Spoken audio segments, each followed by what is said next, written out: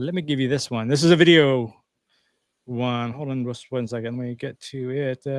This guy. Flood. Why are we finding fish fossils on top of Mount Everest? Say it was once a seabed. No kidding, it was a seabed. It's called the flood. Not millions of years ago, though. Crazy thing is, almost every single culture has a flood myth or story. Tons of fossilized nautiloids all over the Grand Canyon as well. In fact, I wonder how the Grand Canyon got there. Okay. This hurt. Fucking magnets. How do they work?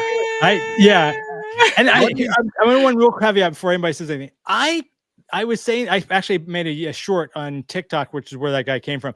I am not 100% sure that he is not just a parody account. I use the word Poe, and if for people at home that don't know what the word Poe is, Poe's Law. This guy named something Poe came up with this a handful of years ago, where he made a point that the way that creationists talk, it's impossible to tell if it's creationists being sincere or someone completely parroting, making a parody of creationists, because it's nutty either way. I'm kind of butchering the way they said it, but that's the point. And on this guy, I watched a handful of his things. Like, it's so crazy that it could be parody or it could be completely creationist. I can't tell. So I'm going to give him 0.1% that he's just being a goofball and he's getting away with it because I fell for it. But nonetheless, this is not an uncommon question. We have all seen that statement, right? Why are there fossils on top of Mount Rushmore or Mount Everest? Right. Anybody wants to jump in on that one, please feel free, because we had a little bit of discussion online earlier. Absolutely. Yeah. Go ahead, the other Mike.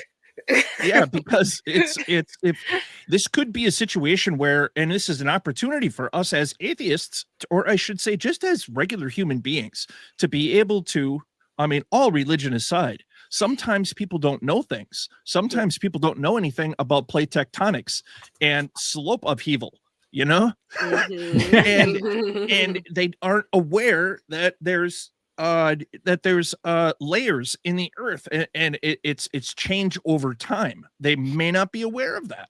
And if the only thing that someone hears is God did it, God did it, God did it, then you run into a situation where you have an opportunity.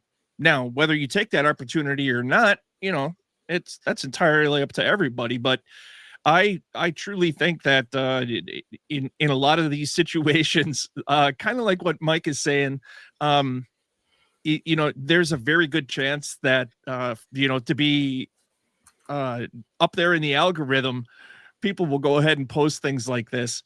But at the same time, hey, give the guy the benefit of the doubt, maybe. And just that's basic geology, bro. It's such a common, silly question to me, but it's so common. And we were all talking before the show. I had to go to ChatGPT. So there's no way I can calculate this by hand. And I don't remember, Mike, if you remember, but if you think about this, so here's Mount Everest. Yeah, I remember. 29,000 and some change feet high above sea level. Yeah. So for that to have been true, there had to been enough water on the entire globe to go up 29,000 feet and then just go away, which left all the fish fossils at the top. And the volume of water, it was like some trillion. If you looked at the volume of water equaling the Empire State Building, it was like a trillion something Empire State Building. 1.4 trillion of extra Empire water. State Buildings. And it just went full of water. Where? That's a hell of a deep lake. I mean, Lake Michigan right out my door here, is it, dude? It's pretty deep, but it's not freaking trillion Empire State Building deep. Where did this water go? I guess it went in the firmament. But it's just such a silly, just logically silly, that it's impossible to believe that people can truly believe that. But I don't know. This guy, maybe he does. Yeah. I don't know. It's I think that people forget that the earth is old as hell. Exactly. Older than hell. That's true. Older than that. Yeah. Yeah. It is old AF. Okay. And also the earth went through ages. It went through ages. Yeah. Ice ages, you know. Yeah. Five extinction events. Yeah. Five massive extinction events. Yeah. And none of them we guarantee you none of them were Noah's flood. None of them. Zero. Not Zero. at all. Not a Not at damn- all. I yeah. mean, like, Angelo. I mean, like, even if you want to talk about, like, how did the Grand Canyon form? I'm like, like when a lot of the times when you had the ice age and those like particular waters melt, when the ice melted, it actually carved out those formations in rock. I mean, and you can even tell like how old each portion of it is. Which scientists, archaeologists, they've all done this information.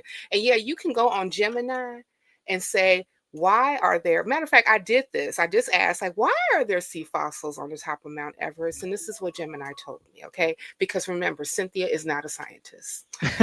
Sea fossils are found on Mount Everest because it's summit rock. And then it says a word that I cannot pronounce, but I'm going to try. It's the Komolangma limestone.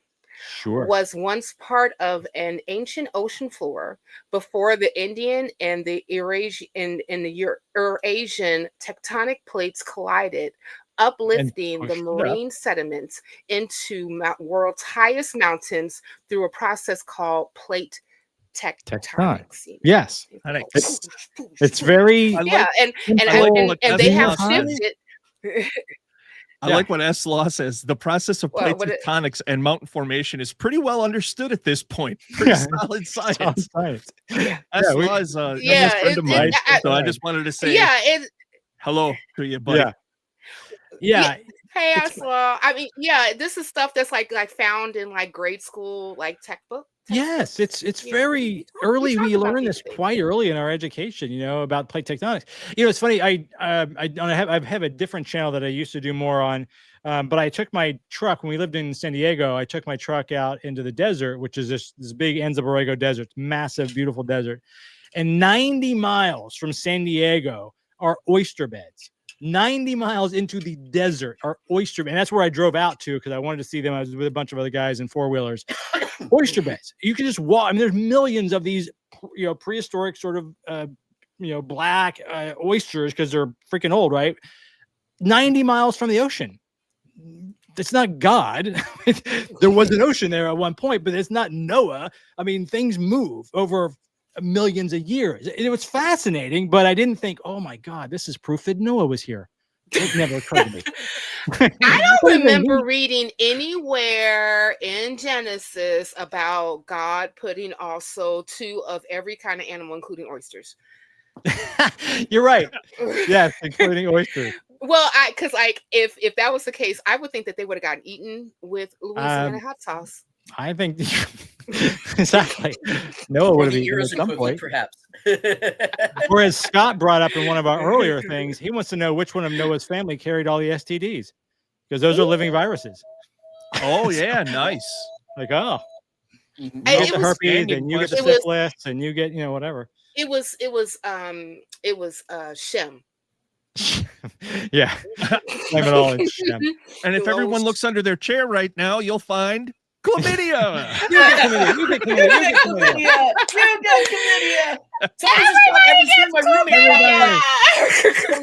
Coming out of his bedroom, something similar to that about little Debbie snack cakes. You can buy Debbie. There you go. Yeah, they're ridiculous. Or no. I'm sorry. Yeah, I take that back. It's not Shem. It was Ham. Because I don't know all the people in the family. Yeah, well, Noah cursed Ham because he saw him naked with syphilis. Yep. Naked and drunk. So for all you kids at home out there experimenting with sex, Noah is your problem. I want to bring something up regarding ancient floods, though. Yeah, man. Like probably about 10,000 years ago or thereabouts, there used to be a massive land that connected Britain with the Netherlands and Belgium and that little area. It's called Doggerland. Really? And okay. Something about something about the Ice Age. That area just all of a sudden was flooded. Scientists have determined that there was some kind of flood because there exists actual human there's like human made tools in that area. Really? Okay. Yeah, and it's makes me wonder if this myth of the flood was actually carried on from people like back in prehistory, and it like got kind of retranslated through like the game of telephone, as you and it gets moved around because that guy did say everybody has this down the line, it's a common geologically thing. Then we can go geologically we can go back to the end of the Younger Dryas period, and we can see that there's meltwater pulse 1A and meltwater pulse 1B. And those are collectively responsible for after the ice sheet that covered most of the a good portion of the northern hemisphere. When that melted, then we had a 300-meter level sea rise. 300 meters. That's a lot of feet. Yeah. So that's what was locked up in the ice sheets. And whole entire areas like in Lake Michigan here, they're looking deeper and they're finding prehistoric structures that they think were utilized to be able to channel caribou or other animals into hunting areas, because they've seen that on the land. Yeah, absolutely. Our coastlines, just a few meters deep, are absolutely filled with all kinds of ruins. Doggerland, exactly like you were talking about, it's an excellent location to be able to study some of this stuff, because the North Sea, under where it is, does a great job of keeping the sediment and everything rather thin, so we can get radar into those locations. We can see this. And if we consider also that right now today, the vast majority of people live on a coastline. That's just the way that humans operate. And they've always operated that way. That's because we don't have gills. Okay. Right. We don't have gills. And also, I have it on good authority. Evidence of vestigial gills that will pop up in some people. They get a small little hole, and it's connected to a gene that's found in fish, and we carry that gene as well. And there'll be a small little hole that will appear, and it's actually a throwback to a vestigial gill, is what it is. So it came from Aquaman. It's like just like that way. Do I have any holes right here? I know. It'll appear eventually as we get older. It's also too, like, listen, I was listening to another scientist talking about, like, how we have evidence of our of tails of human beings having tails. Vestigial tails. So I mean, like, it's just so fascinating, just like all the the inferences of how we evolved as in the universe, how we have evolved as a species, how the earth has evolved in itself. I mean, just think about it. Millions and millions of years ago, billions of years ago, when the earth first formed, which was basically like a big portion of of asteroids like forming together, and then we had like a big old chunk of it get pushed off through the gravity and form the moon, our satellite, and then how all of this, like, over millions and millions and millions and millions of years, have evolved into what the earth has in today, without any type of pre-mover or ghost father or any type of none of it requires magic. Right. No magical interference whatsoever in order for it to form into what it is now. I think this is absolutely fascinating. And I understand that human beings have are predisposed. Is that right? No. Predisposed. Thank you. That is the word that I was looking for. I was getting there. Didn't quite, tip of the tongue. But we're predisposed to actually see patterns. We're predisposed to even try to fill in. Fill gaps in where we may not necessarily have knowledge. We say, God of the gaps. Exactly. That's why, there's so many, like, I don't understand how this works, therefore God. Right. Yeah. So, but like one I remember on one of the call-in shows that Antangelo got banned from, is one of the things that they discussed is I'll let him tell it. Anyway, one of the things that they were talking about is when they asked the question saying that, like, how come we as a species have not found any evidence of the supernatural? I said, because everything that we equivocated to the supernatural has a natural, when we actually did some more investigation, has a natural explanation. Yes. And I'm pretty sure that the next thing that we may not necessarily understand is going to come up with a natural explanation as well. So, so I think that that's something, and that's again fine.